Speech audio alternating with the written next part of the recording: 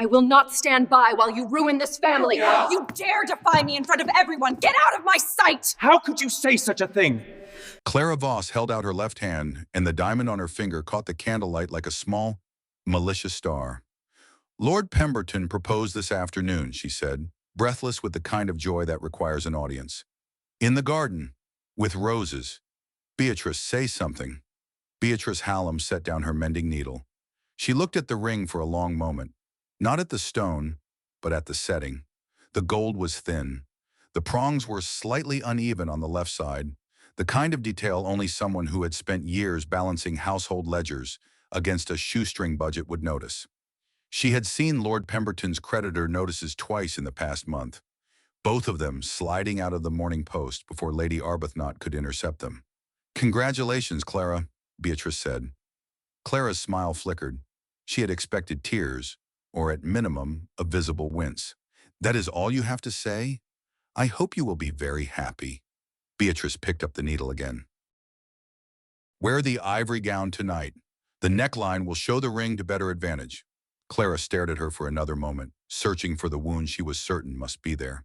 She found nothing. She swept out of the room, the floorboards shaking lightly under her departing footsteps, and Beatrice returned her attention to the 6 inches of torn lace she still needed to reattach before the Danbury ball began in 3 hours. She did not think about Lord Pemberton's creditor notices. She did not think about the thin gold prongs. She was very practiced at not thinking about things she could not change. The Danbury ballroom was a monument to organized excess. 300 candles burned in the chandeliers overhead, and the heat they produced was considerable, pressing down onto the crowd of waltzing couples like a warm, damp hand. Beatrice stood in the alcove behind the potted fern arrangement on the east wall, which was where she always stood, which was why no one ever looked for her there. She held a glass of warm lemonade she had no intention of drinking. She watched Clara move through the crowd, trailing Lord Pemberton and his uneven ring prongs, laughing at things that were not quite funny enough to deserve laughter. Lady Arbuthnot circulated near the doorway, working the room with the efficient desperation of a woman who knew her social credit was running on borrowed time. From across the ballroom, a man stood very still. Beatrice noticed him the way she noticed structural faults in a room. Not because she was looking for them, but because her eye was trained to identify things that were out of place. He was too still. In a room designed for motion and performance, a man who did not move drew the eye the way a locked door drew the hand. Arthur Cavendish, the 3rd Duke of Redbourne, was 32 years old and had the bearing of someone who had never once been required to apologize for taking up space. He was watching the fern arrangement. He was watching her. Beatrice looked away. She had seen him before, last week at the Ashford Musicale, the week before at Lady Featherstone's dinner, and once, a month ago, outside a fishmonger's stall on Aldgate Street, where she had spent 20 minutes arguing the man down on his price for haddock, while her aunt sat in the carriage complaining about the smell. The Duke had been passing on horseback. He had stopped and watched the negotiation with his head slightly tilted, as if she were a puzzle he was considering whether to solve. She had thought nothing of it at the time. She thought considerably less of it now. The evening progressed the way evenings at the Danbury house always progressed, by stages of controlled deterioration. By 10:30, the diamond clasp on Lady Arbuthnot's evening bag had gone missing, which was not a surprise to Beatrice, who had watched Clara remove it and set it on the seat of the carriage 3 hours ago. By 11:15, Lady Arbuthnot had located a culprit. She found Beatrice near the servants' corridor, where Beatrice had retreated to let a headache dissipate in the relative quiet. "The clasp," Lady Arbuthnot said. Her voice was pitched at the precise frequency that cut through string quartet music. Heads turned in the near vicinity. "You lost it." Beatrice felt the familiar cold gather at the back of her neck. "I did not lose it. You gave it to Clara to hold when you entered the receiving line. Clara left it on the carriage seat. Do not make accusations against your cousin." "I am not making accusations. I am describing a sequence of events. After everything we have done for you." Lady Arbuthnot's voice rose another register. The string quartet faltered. "We clothed you. We fed you. We gave you a roof when your father left nothing but debts." "You are right," Beatrice said. Her voice had gone very quiet, the way voices go quiet when the person speaking them has simply run out of the fuel required for anger. You clothed me. You fed me. I consider the debt paid with 10 years of labor. The silence in the immediate vicinity of the fern arrangement was absolute. Don't be absurd, Lady Arbuthnot said. Get back to your corner. Goodbye, Aunt. Beatrice turned and walked toward the servants' corridor. She did not run. She moved at a pace that said she had made this decision before tonight and was simply now executing it. She did not look at the crowd that had gathered at the edges of the scene. She did not look to the left, where a man had been moving toward her with increasing urgency for the past 40 seconds and now stood 10 feet away with his hand half raised and a look on his face that was the closest thing to panic she would ever have been able to assign to the Duke of Redbourne, had she seen it. She pushed through the servants' door and walked into the narrow corridor beyond. The door swung shut behind her. Arthur Cavendish stood in front of it for 3 full seconds, staring at the painted wood. In the breast pocket of his evening coat, folded into precise thirds, were the preliminary marriage settlements his solicitor had drawn up 18 days ago. He had intended to approach her tonight. He had intended to request a dance, to make his interest formally visible, to begin the process in the methodical and controlled way he conducted every other significant enterprise in his life. She had walked through a servant's door before he could cover 10 feet of ballroom floor. He put his hand on the brass knob. He pushed the door open. The corridor was empty. The only evidence she had ever been there was the faint, dissipating trace of cheap lavender soap in the cold air. He stood in the doorway for a moment that felt considerably longer than it was. Then he turned and walked back into the ballroom, past the staring faces and the restarted string quartet and the potted ferns, and he began to recalculate. He had underestimated her timeline. He would not make that mistake again. By midnight, Arthur had located his man of business in the card room and given him 3 instructions. Find out the name of every boarding house within walking distance of the Danbury residence that took female lodgers. Send Finch to the employment registries at first light.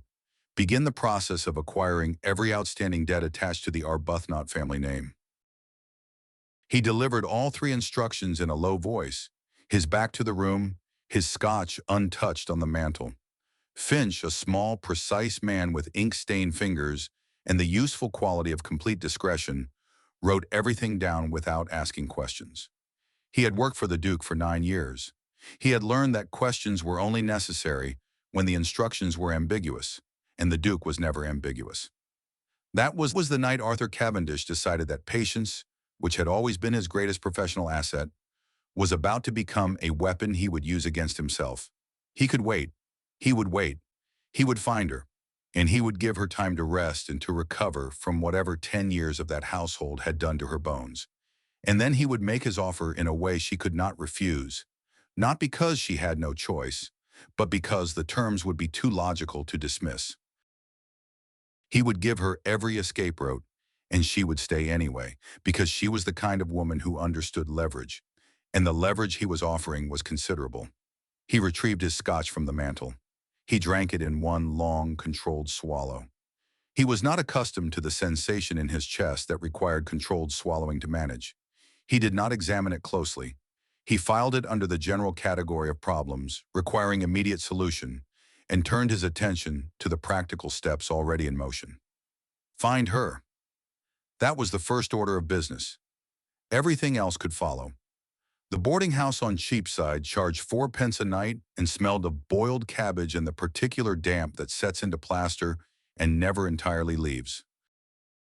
Beatrice's room was on the 3rd floor, which meant the stairs creaked under her weight each morning when she descended to the street, and each night when she climbed back up, and there was no way to move through the building without announcing herself to everyone in it.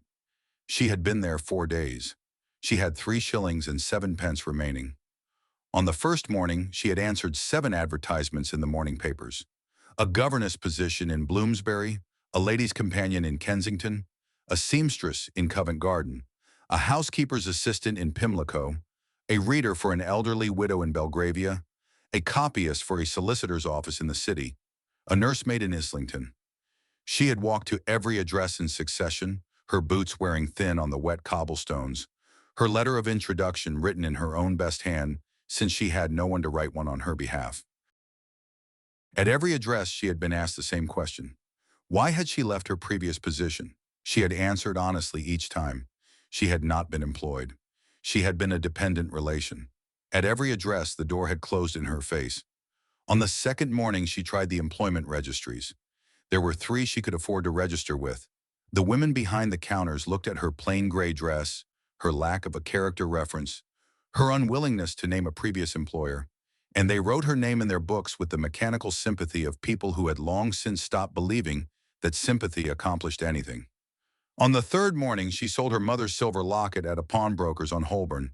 The man offered her 2 shillings and 6pence. She looked at him for a long moment and said 5 shillings, or she would take it to his competitor 3 streets over. He gave her 4 shillings and 3pence and would not meet her eyes when he handed over the coins. She walked out of the shop with the coins in her pocket and stood on the pavement in the rain for a minute, not moving. The locket was gone. It was the last object she had owned that was actually hers. Not borrowed from the household inventory, not purchased on Lady Arbuthnot's account, not something that would be reclaimed when she left. Her mother had pressed it into her hand at 9 years old and told her to keep it safe. She had kept it safe for 13 years. She put her shoulders back and walked toward the Covent Garden Market to ask about the seamstress position again. On the morning of the 4th day, a letter arrived.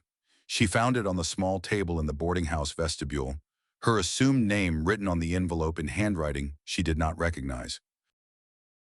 The paper was heavier than anything she had held in months, with the texture of money and the watermark of a reputable stationer. She broke the seal in the narrow hallway and read it standing up, her wet cloak dripping onto the stone floor. Mrs. Edith Sterling, companion position, £60 per annum, room and board provided immediately. £60. A governess earned 30. A lady's companion earned 25 if she was fortunate and her employer was generous. £60 was a number that did not exist in the legitimate domestic service market for a woman without references, which meant that whoever had written this letter either did not know the going rate or did not care about it, and neither of those possibilities was reassuring. Beatrice folded the letter and put it in her pocket. She went upstairs and sat on the edge of her bed and looked at the wall for 7 minutes. She was out of shillings. She had not eaten since yesterday afternoon. The employment registries had her name in their books and were not optimistic. She was 36 hours from the point at which she would need to choose between sleeping in the street or walking to the workhouse on Old Street and presenting herself at the door.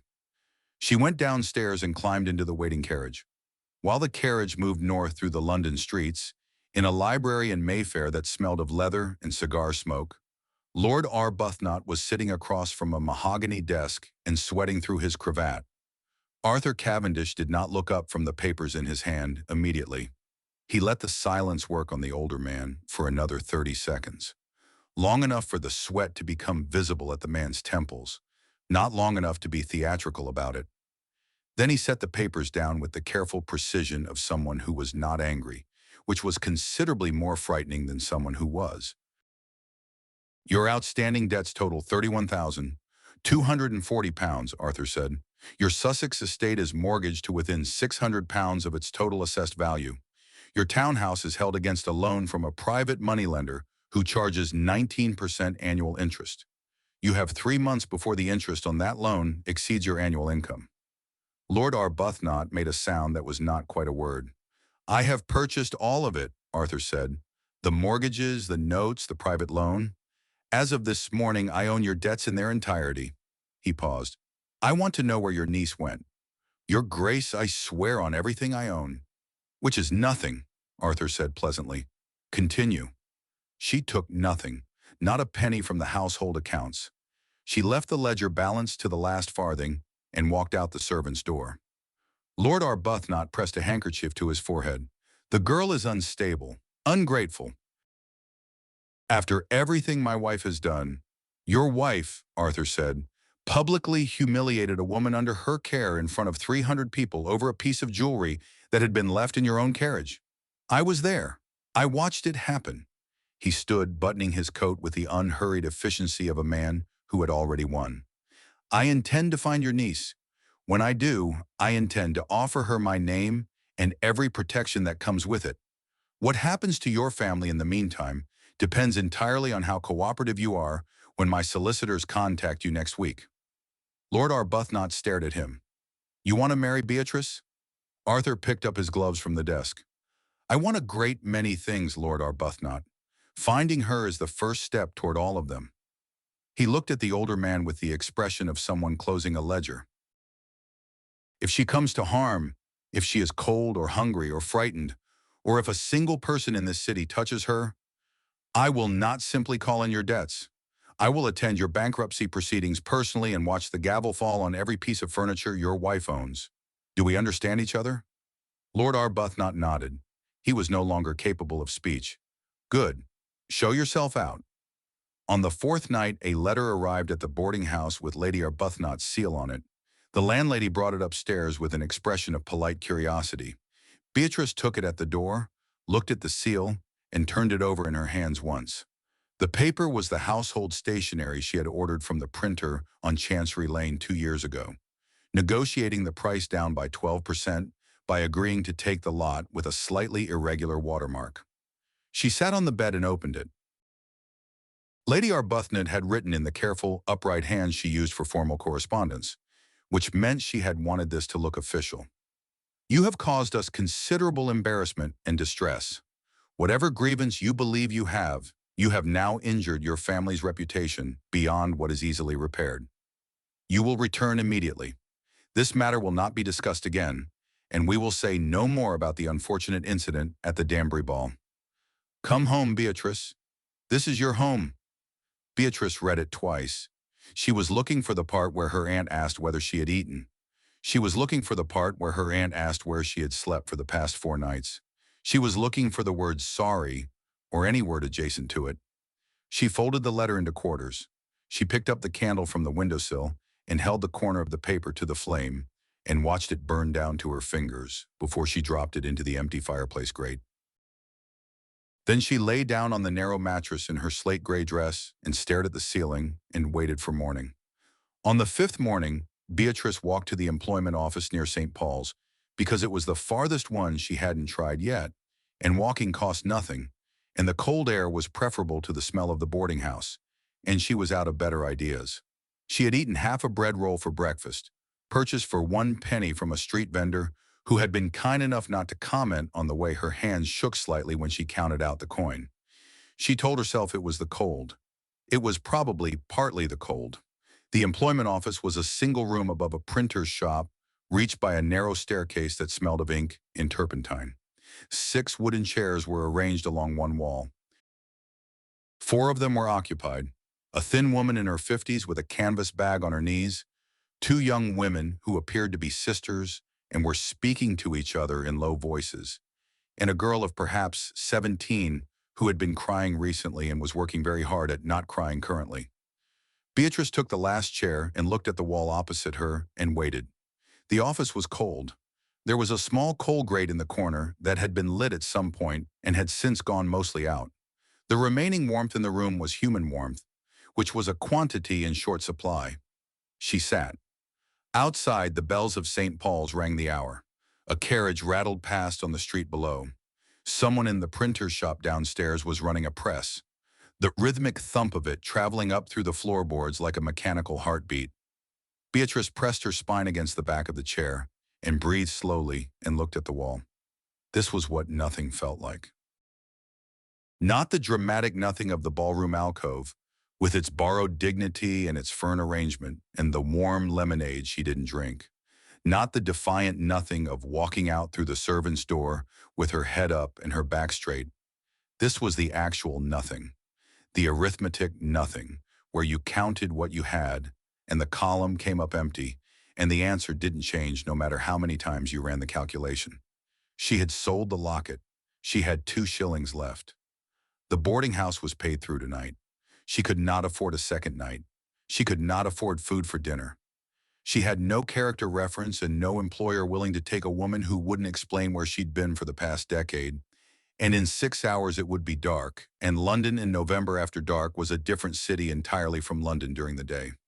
She had spent 10 years being invisible in a household that treated her as furniture.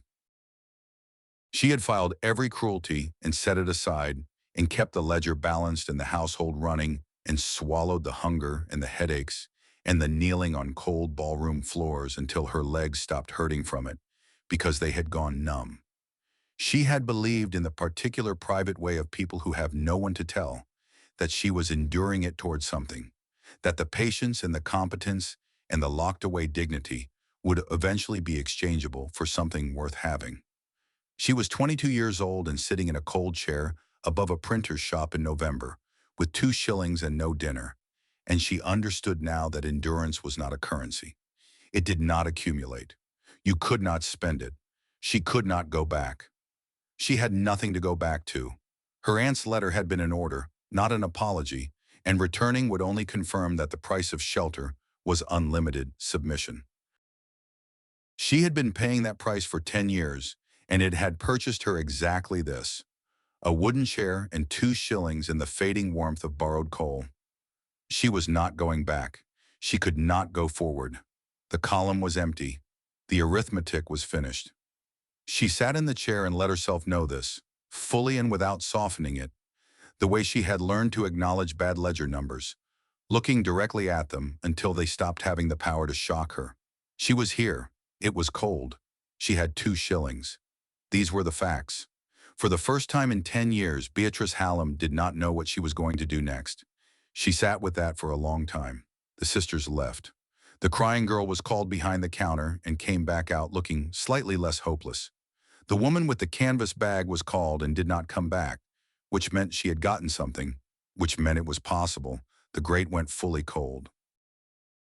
Beatrice's feet, in their thin-soled boots, lost sensation at the toes. She did not move. She was thinking about her mother. Not as a source of comfort. She had stopped looking for comfort in that direction when she was 14. But in the specific way she thought about structural problems, trying to identify the load-bearing elements. Her mother had been dead for 12 years. Her father had died 3 years later, leaving behind debts and a name that opened fewer doors than it should have. And Beatrice had gone to the Arbuthnot's because there was nowhere else. And she had stayed because leaving with nothing was frightening. And now she had left and she was frightened and she was here. Her mother had told her once that the bravest thing a woman could do was to decide what she was worth before anyone else had the chance to tell her. She had been 8 years old when she heard it and had not understood it until considerably later. She understood it now in a way that felt like a bruise. She decided she was worth a warm room and a dinner, even if the warm room was a trap. The clerk behind the counter called a name. The name was not hers. It was the false name she had given the registry. She stood and her numb feet registered the floor only distantly, and she crossed to the counter and took the envelope. The paper was heavy. The seal was plain. The handwriting was too neat, too even, the product of someone who had been taught that legibility was a form of authority. The salary was £60 per annum. Beatrice folded the letter and put it in her coat pocket. She asked the clerk if the carriage was really outside. The clerk said yes, and that the driver had paid him £1 to deliver the envelope by hand, which was the kind of detail you included when you wanted someone to believe you hadn't been paid to lie to them, and which was therefore the kind of detail a person constructing a plausible lie would also think to include. She went downstairs and pushed open the door to the street. The carriage was there, black, well-maintained, pulled by 2 horses that were neither showy nor neglected. The horses of someone who thought about practicality before appearance. The driver tipped his hat without smiling, which she appreciated. She was tired of people performing kindness at her. She climbed in. The interior smelled of leather and saddle soap and, faintly beneath those, the kind of tobacco smoke that clings to upholstery from long habit. Something dark and expensive. She had smelled it before. She could not place it. She told herself it didn't matter, and looked out the window as the carriage moved north, and she thought about the column of figures that had come up empty, and she thought, if this is a trap, I will find the exit. I always find the exits. She was asleep before Highgate. Beatrice had known for 11 days. She had not said anything, because saying something would have ended the warmth and the regular meals and the extraordinary novelty of sleeping in a room where the windows sealed properly. and she had needed those things more than she had needed to be right. But she had known on the 11th day, when she pulled the volume of Locke from the highest library shelf and pressed her palm flat against the open pages, and smelled expensive tobacco and something else underneath it. The particular combination that she had placed finally, after 3 days of running it through her memory. The Hackney carriage. The library and the Hackney carriage smelled identical. She put the book back on the shelf. She went to the window. She looked out at the manicured garden. Too manicured, maintained by a staff too large for a frail widow's budget. And she stood there for a long time, thinking about the third Duke of Redbourne standing 10 feet away in the Danbury ballroom with his hand half raised. She had seen his face for only a second. She had looked away, but she had registered the expression on it the way she registered everything. Filed it, cataloged it, labeled it as data of uncertain usefulness. She was reconsidering the label now. She spent 3 more days confirming what she already knew. The coal records, the wine cellar inventory, the retired actress who forgot her limp when she was startled, the household accounts that balanced perfectly, which no real household's accounts ever did. There was always a discrepancy somewhere. A cook who rounded up on the butter order, a footman who pocketed a candle. Perfect accounts were fictional accounts. On the 14th day, it rained. Beatrice was at the library desk, updating the fictional ledgers with the focused attention she gave everything when the doors opened. She did not look up. "Mrs. Hughes, I don't need more tea." "I'm entirely out of tea," said a voice that was not Mrs. Hughes. She set the pen down with care. She capped the inkwell. She looked up. Arthur Cavendish stood in this doorway of the Highgate Library, dripping water onto the carpet. Wearing a dark riding coat that clung to his shoulders, his boots muddy, his dark hair pressed flat against his forehead by the rain. He looked entirely out of place in the careful, composed fiction of the room, and somehow more real than anything else in it. He looked dangerous. He also looked like a man who had ridden through November rain to get here, and was not going to be the first to mention it. "My name," Beatrice said, "is Miss Hale." "Your name is Beatrice Hallam." He walked into the room, stripping off his riding gloves. "You are 22 years old. You are the daughter of Sir Edmund Hallam, who died insolvent when you were 14. You have spent the subsequent decade managing the household of your mother's sister at no wage and considerable personal cost. For the past 3 weeks, you have been living in a house I purchased, eating food I provided, and auditing accounts my clerks were instructed to falsify." He stopped on the other side of the desk. "I should tell you, I expected you to be angrier." "The coal prices gave you away," Beatrice said, "on the 11th day. No legitimate supplier in London sells premium anthracite at that rate." She tilted her head. "Your widow also forgets her limp when she's startled, and the carriage smelled of your tobacco. If you intend to construct a fiction, you must account for the intelligence of your audience." The room was very quiet. Outside, rain ran down the library windows in long, uneven lines. Then Arthur laughed, a short, unpracticed sound, as if he hadn't used it recently. He pulled the wingback chair from the corner and sat down across from her, leaning his elbows on his knees. And for a moment he looked less like a duke and more like a man who was trying to figure out how to explain something he'd done without adequate explanation available. "You knew," he said, "and you stayed." "I was hungry," Beatrice said. "Pride is a luxury of the well-fed. I calculated that whoever had gone to this expense and trouble to set a trap for me specifically did not intend to murder me, and that the food and warmth were therefore available at a survivable cost. I accepted the terms." She paused. "Why am I here, Your Grace?" "Because you were disappearing," he said. Something shifted in his voice. The dry, controlled quality dropped away, and what was underneath it was starker. "I watched you walk out of the Danbury ballroom with nothing and no plan, and the London winter ahead of you. I know what the city does to women in that position. I could not allow it. You do not have the authority to allow or disallow my choices." "I had purchased every debt your uncle owes before you reached Cheapside," Arthur said. "You were right that I don't have authority over your choices, but I had considerable authority over the people who had spent 10 years making your choices for you, and I used it." He reached into his coat and withdrew a folded document, setting it on the desk between them. "Marriage settlements. Read them before you say anything." Beatrice looked at the document. She did not touch it yet. You are insane. I am practical. He leaned back. You require security, independence, and a position from which the Arbuthnot's and everyone like them cannot reach you. I require someone who can run an estate competently, who will not perform for the sake of performance, and who will tell me when I'm wrong. He paused. The Cornwall property is yours outright in the settlements. The quarterly allowance is independent of the household accounts. If you find my presence intolerable, you may live there permanently. Beatrice picked up the document. She read it in silence. When she was finished, she turned to the third page, uncapped the pen, and drew a clean line through the clause stipulating the Duke's steward's oversight of the Cornwall estate income. In the margin, she wrote in her precise, unembellished hand, profits to remain at the sole discretion of the Duchess. No interference from the Duke's estate agents. She turned the page. She crossed out the clause about mandatory London residence during the season. She added a clause of her own at the bottom of the fifth page.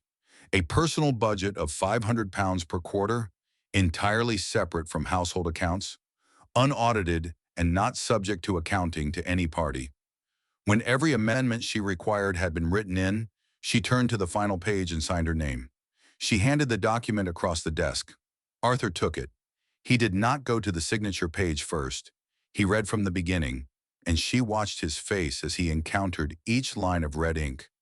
The slight tightening of his jaw at the Cornwall Amendment, the controlled stillness as he read her refusal to be bound to London, the quality of attention that deepened rather than sharpened as he reached the unaudited allowance. He reached the signature page. He stared at her name for a moment. Then he reached into his coat for his pen and countersigned each of her amendments, initialing every margin note, and turned to the final page and wrote his own signature beneath hers. He set the document on the desk. Beatrice looked at it. Both their names, in ink, on paper that represented the first thing she had ever owned outright in her adult life. Then she looked at the date on the top of the first page. She had not looked at it before. It was the kind of detail you checked when the contents were settled and the terms were agreed and you were reviewing the document for the last time before filing it. The date of drafting was 22 days ago, 3 weeks before the Danbury ball. The room was very still. The rain ran down the windows. This was drafted, Beatrice said carefully, 3 weeks before the Danbury ball. Arthur did not move. You had decided, she continued. Her voice was level, but there was something underneath it that was neither anger nor relief, something that didn't have a clean ledger category. Before I walked out of that ballroom, before the boarding house, before the employment offices and the sold locket, you had already decided. Yes, Arthur said. You were going to approach me that night. I intended to request a dance, to begin the formal process. His jaw tightened, just slightly. You walked out before I could cross the room. Beatrice looked at the document. She looked at the date. She thought about the carriage in the rain, and the boarding house, and the chair in the employment office above the printer's shop, and the 2 shillings that had represented the entire arithmetic of her options. She thought about how none of it had been necessary. You could have found me on the second day, she said. Your runners were faster than that. Yes. You waited because you thought if you appeared with a carriage and a title I would refuse on principle. You would have, Arthur said. You were hungry and exhausted and your pride was the last thing you still own. You would have refused me in Cheapside to prove you could. She looked at him. He was right. She would have. She knew it with the clear-eyed certainty of someone who had just been given a very accurate account of her own character, which was one of the more unsettling experiences available to a person who prided herself on self-knowledge. You let me nearly starve, she said, because you understood me well enough to know it was the only way. I let you rest, Arthur said. I let you heal. I let you come back to yourself without anyone demanding anything from you. Something in his face shifted. The controlled, calculating surface giving way to something rawer underneath. And then I walk through your door and put the decision in your hands with every exit clearly marked. That is not a trap, Beatrice. That is the only offer I am capable of making. Beatrice looked at the window. The rain was slowing. Through the glass, the Highgate garden was wet and gray and very quiet. She stood. She picked up the signed document from the desk and folded it and placed it in the inside pocket of her gown, over her heart. "We will discuss the rest of this," she said, "when I have thought about it." She walked to the library door. She turned briefly. Arthur was still in the wingback chair, watching her with the expression of a man who had calculated for every outcome and was now in the territory beyond his calculations. "We marry tomorrow," she said. "You mentioned a special license." He stood very slowly. "Yes. 8 o'clock. I'll wear the gray dress." She opened the door. "Your lie about the coal prices was still sloppy, Your Grace. I expect better in future." She walked out and the door clicked shut, and she stood in the hallway of the Highgate house for a moment with her hand on the wall and her heart doing something complicated behind her ribs. She was not a mouse. She had told herself that 3 weeks ago when she had chosen to stay in the gilded trap and wait. She was not a mouse. She was, she decided, exactly what she had always been. A woman who read the terms before she signed them and who insisted on writing her own. The morning room of Redbourne House in Mayfair had windows that reached from the crown molding to the floor, and at 9 in the morning in early December, they admitted a quantity of gray winter light sufficient to illuminate every flaw in the household's management. There were several. Beatrice had identified all of them in the first 40 minutes. Mrs. Higgins, the housekeeper, had been running the house on the comfortable assumption that no one would look closely. It was an assumption that had served her for 7 years and was about to stop serving her entirely. Beatrice had handled the introductory scene in the entrance hall with the efficient economy of someone who had managed dysfunctional households since she was 14 and knew exactly how much time to spend establishing authority before the establishment became performative. She had noted the dust, the frayed collar, the kitchen smell. She had given Mrs. Higgins 60 minutes. Then she had gone upstairs to the master suite, which was large and warm and smelled of beeswax and old paper, and sat in the window seat with her signed marriage settlements in her lap and looked out at the gray London street. She was the Duchess of Redbourne. The gold band on her left hand weighed almost nothing and felt heavier than iron. The arithmetic of her life had recalculated overnight and arrived at an answer so different from the previous one that it still felt like a foreign ledger. She waited for the fear. It had been her companion for 10 years, the constant low-grade calculation of risks and exits and contingencies. She was accustomed to its presence the way you became accustomed to a draft from a faulty window. It wasn't there. In its place was something quieter and considerably more alarming, the sensation that she had arrived somewhere. Mrs. Higgins came with the ledgers at the appointed hour and departed 20 minutes later, visibly shaken, carrying a list of 17 immediate corrections and a new understanding of the household's chain of command. Beatrice spent the afternoon with the account books, the wine cellar inventory, the coal merchant's records, and the vendor contracts, reorganizing them with the focused pleasure of someone solving a puzzle they have the skills to solve. She did not think about the date on the marriage settlements. She was thinking about it constantly. 3 weeks before the Danbury ball. He had decided 3 weeks before she had any opportunity to decide anything. He had watched her negotiate a fish price in the rain and gone home and told his solicitor to draw up the terms of an alliance with a woman who did not know he existed. It should have been infuriating. It was, in some technical sense, exactly the kind of presumption she should have found intolerable. She kept returning to the other fact, that the terms had been generous before she had amended them, and that he had countersigned every amendment without argument, that he had watched the entrance hall scene from a distance and said nothing, that he had built a fiction to give her rest and then walked through it and handed her the ledger and let her mark it up. She was still thinking about it when Lady Arbuthnot arrived. She heard it before Thornton came to announce it. The particular carrying quality of her aunt's voice in an entrance hall, pitched to fill spaces it hadn't been invited to fill. Beatrice set down her pen. She waited.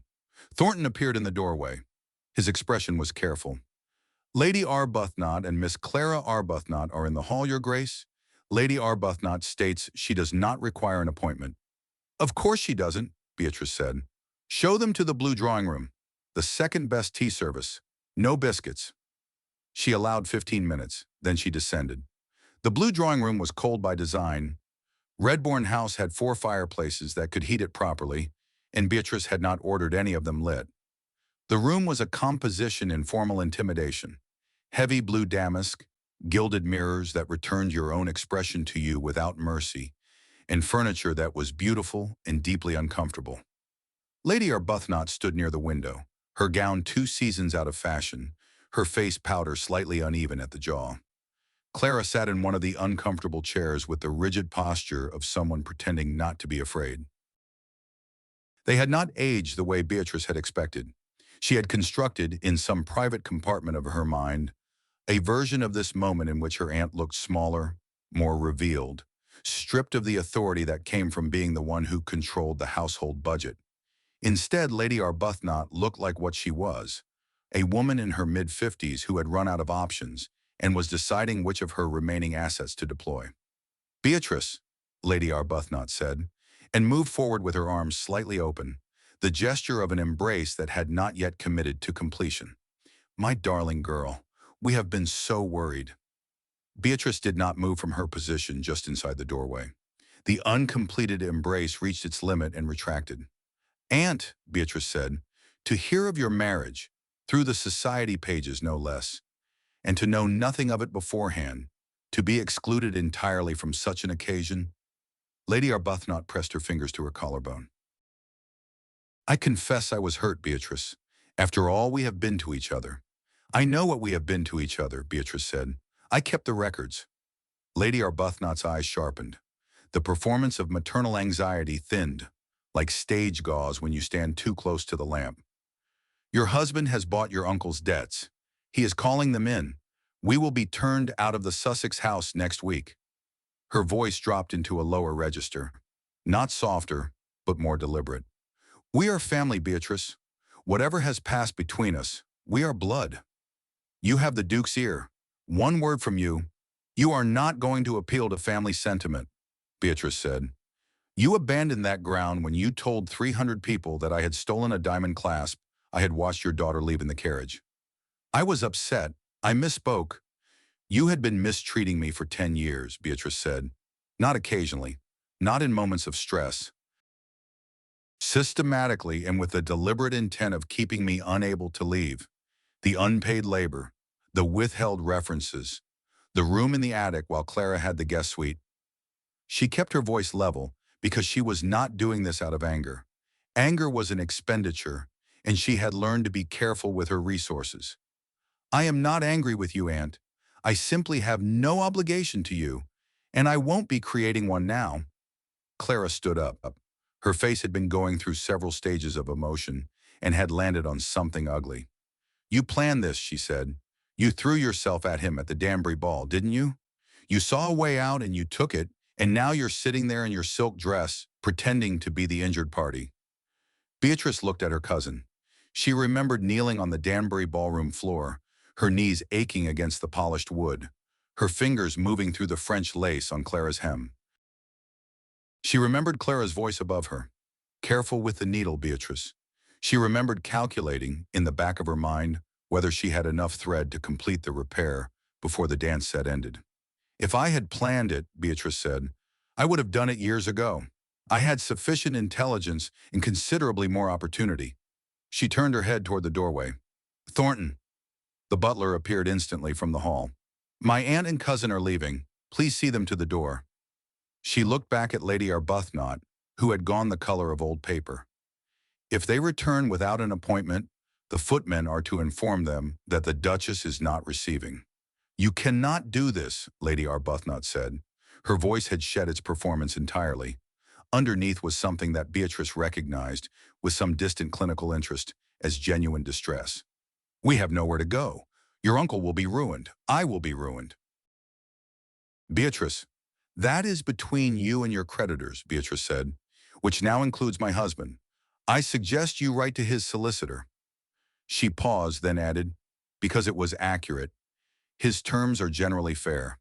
I have read his contracts." She walked out of the blue drawing room. She heard Clara begin to cry, the specific quality of crying that was designed to be heard. And she heard Thornton's measured footsteps moving to redirect it toward the exit, and she walked to the foot of the grand staircase and stopped. Her hands were steady. She had known they would be.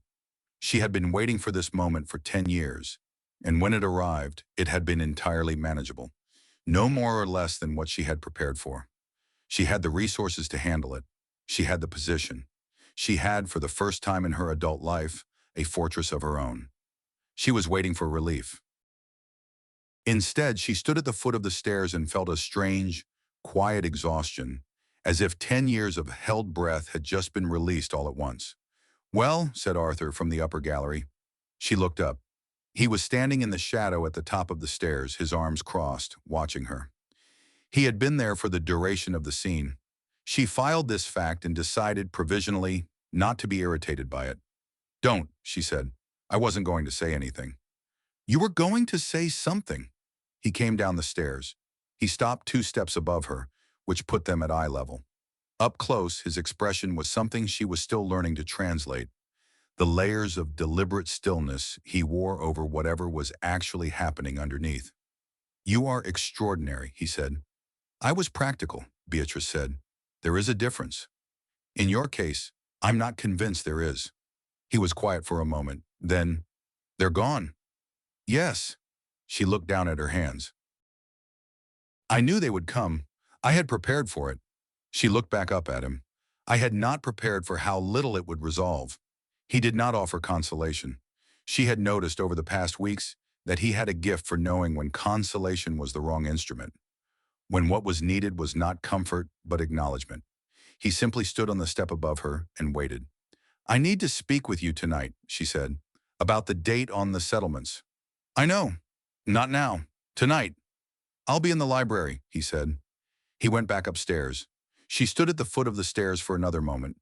Then she went to the household accounts and worked through the afternoon. And the work was grounding, the way all practical things were grounding. It had specific inputs and specific outputs, and the columns either balanced or they didn't. At 9 o'clock, when the house had gone quiet and the staff had retired, and the street outside had taken on the muffled quality of deep winter, she went downstairs. The library fire was lit.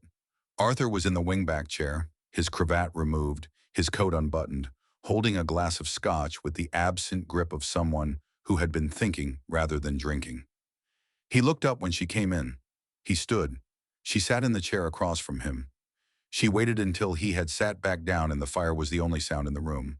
Then she said, "You had decided before I had any say in the matter." "Yes. You had decided based on watching me argue with a fishmonger." "That was the beginning of it," Arthur said. "The rest was a month of corroboration." He set the glass down. He looked at her directly, the way he looked at things he intended to understand thoroughly. "I watched you carry a household that would have collapsed without you, for people who refused to acknowledge what you were doing. I watched you absorb cruelties that would have broken someone with less architecture." He paused. "I recognized it. The way you were building something inside yourself out of everything they wouldn't give you. I do the same thing. That is not an explanation for deciding to marry someone who had no knowledge of your existence." "No," he said, "it isn't." He was quiet for a moment. "I am a man who controls his circumstances. I have always controlled my circumstances because the alternative has consistently produced outcomes I couldn't manage. I decided you were worth pursuing because every piece of evidence I gathered pointed in the same direction, and I am very good at reading evidence." His jaw tightened slightly. "What I was less good at was accounting for your timeline. I was going to approach you that night. I had the document in my pocket. I intended to begin the conversation properly." He stopped. "And I walked out," Beatrice said. "You walked out. And I had a choice between waiting for another social occasion and watching you disappear into November in a gray dress with no money and no one looking for you." He looked at the fire. "I chose to find you by constructing an elaborate fiction, by giving you warmth and food and 3 weeks of no one requiring anything from you," Arthur said, "and then walking through the door and handing you the terms." He turned back to her. "I know how it looks. I know it looks like I decided your life without your participation. I did. I decided that you were worth, that I wanted—" He stopped again, and she watched him work through something, the calculating surface going still for a moment. "I decided that if you were going to refuse me, I wanted you to refuse me from a position of strength. Not from a chair in an employment office with 2 shillings. The fire popped. Outside, the winter wind moved against the window. Beatrice looked at the man across from her. The man who had bought her aunt's debts and built a fiction and ridden through November rain and signed every amendment she had written without argument, and who was sitting in his own library with his cravat off, telling her the truth poorly, because he was much better at planning than he was at explaining. "You let me come to my own conclusions," she said slowly, working through it, "about the coal prices, about the widow. You left enough flaws in the story that I could find them if I was looking, because you needed me to come to the decision of staying through my own reasoning, rather than through ignorance." He said nothing. He was very still. "That was deliberate," she said. "Yes," he said quietly. She looked at the fire for a long moment. Then she stood. She crossed to the door. She opened it and turned back. "Good night, Arthur," she said. "Good night," he said. His voice was level. He had, she thought, the self-control of someone who had learned very early that showing what you wanted was the fastest way to lose it. She went upstairs. She sat in the window seat of the master suite and looked at the dark London street and thought for a long time about the difference between being controlled and being known. In the morning, the library door was closed. She knocked. "Come in," Arthur said. He was at the desk working. He looked up. He put his pen down.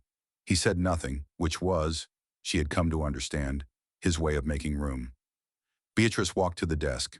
She set her hand flat on the surface, next to the papers he'd been working on. She sat in the chair across from him, the same configuration as the Highgate Library, the same careful arrangement of distance and attention. "I have 2 questions," she said. "Ask them.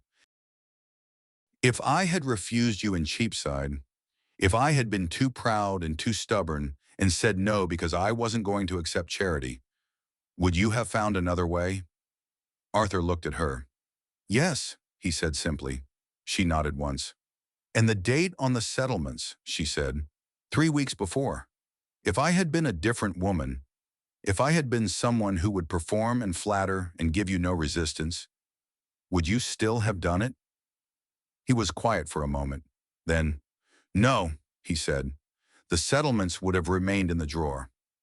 Beatrice looked at her hand on the desk, at the gold band that weighed almost nothing, at the papers with his handwriting and her amendments still visible in the margins. She was not the invisible girl in the alcove behind the fern arrangement. She was not the woman in the employment office chair, watching the column come up empty. She was here, in a fortress she had not built but had already begun to make her own, sitting across from a man who had decided she was worth the elaborate trouble of giving her every possible way out. And she had not taken any of them. "All right," she said. He looked at her. "All right," she said again, and it meant, "I see you clearly, and I am staying anyway, and that is the only kind of trust I know how to give." Arthur reached across the desk and turned her hand over, palm up, and pressed his thumb against the center of it for a moment.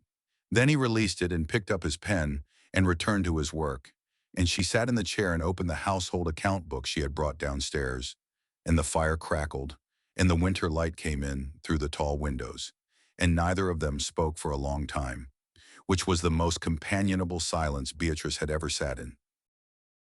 6 months later, on the coast of Cornwall, the wind came off the Atlantic in long, cold sweeps that carried the smell of salt and open water, and something Beatrice was learning to identify as the particular quality of air that had not been filtered through the crowded streets of London. The estate was 3 miles from the nearest village. It had a house that had been well built and poorly maintained for 2 decades, which was a problem Beatrice had begun solving on the 3rd day of their arrival by commissioning a structural survey and a meeting with the estate agent, who had departed the meeting looking considerably less comfortable than when he had arrived. She was walking the coastal path with the steward, reviewing the tenant accounts, when she heard the horse on the road below.